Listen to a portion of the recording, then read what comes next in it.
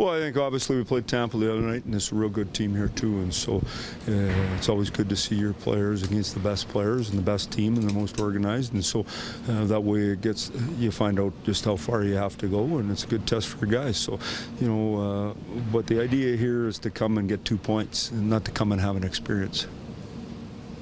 Mike, I know it's only been a few days, but Brooks Laich, what kind of role do you see him playing on this team?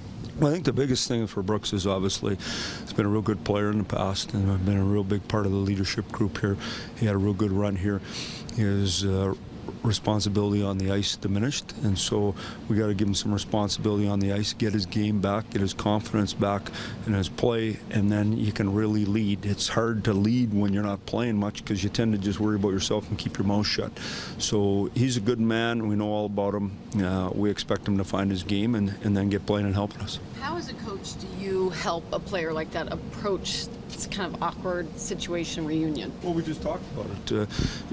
I don't know what's awkward about it is that they're worked hard for a lot of years. You were part of it to build a program, and then now when it looks like they're getting ready to take the step, you're not part of it. But I know the players over there and the management really respect him. I know the people in this town respect him. He's a great man when you talk to him. So I told him I wouldn't spend a whole lot of time worrying about today. I'd go out there and enjoy it and enjoy competing against his former teammates. But he wants to play a long time. He's 32. He's not 40. So let's get his game back and let's get going. Like with this many young players on the team, does the morning skate become more of a teaching tool than just about kind of getting a skate? Well, yeah, and to be honest with you, I screwed up today because we had our power play penalty kill shirts on, and we probably should have had normal, and then we were going to do a neutral zone forecheck drill today, and then we couldn't do it because I didn't have it. So, because we've been doing it, we hadn't been doing this, but when you got young guys and you got to do more, there's no question every day we got to do something, and so we did a little walkthrough instead of doing what we're going to do. But that's a big part of it. The other part of it, though, is let's not overdo it. They're good players. Let's let them play. Let's get out of the way. Let's not stifle them by giving them too much information. Small sample size. Do you like the way Hyman and Sasha have integrated with your penalty kill? Yeah, but I thought Hyman was all over the puck the last game. What we do is we go through and we give ticks to the players when they're involved in plays, and he was involved in a lot of them. And so, he's got good speed and good tenacity and works real hard. Sasha's the same way. So when you add him to the two other guys, they can do things fast. But a lot of kids, just because you do it fast, if you go in the wrong spots, that doesn't help much. So they'll figure it out over time here. I know you're really big on structure and playing the right way and all that, but are you quite okay with the young guys trying to be creative?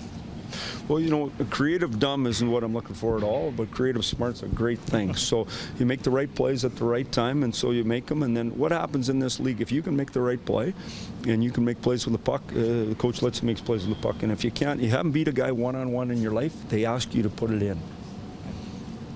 Don't think you're necessarily going to see Braden Holtby tonight, but what has maybe impressed you with his growth over the years from a later round pick to really an elite goalie right now? Well, just because I know his folks, I've watched them for a long, long time, and so got a pretty good handle on that. But I think one of the things that's happened here, and nothing taken away from Holtz, is the structure of the team, and also the goalie coach that's come here and really got him settled down and playing well. And he's a big man. He's athletic. He competes hard. He's confident in himself.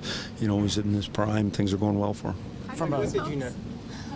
How do I know his folks? Well, because I'm from Saskatoon, they're from Lloyd. So my wife's from Lloyd. We played ball against them, His mom's a great country singer. What else you want to know? What do you remember about it? Okay, how many more questions am I doing today?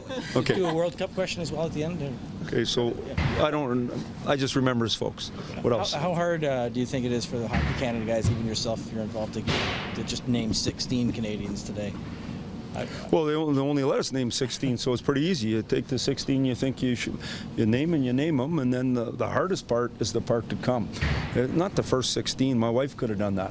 It's the rest.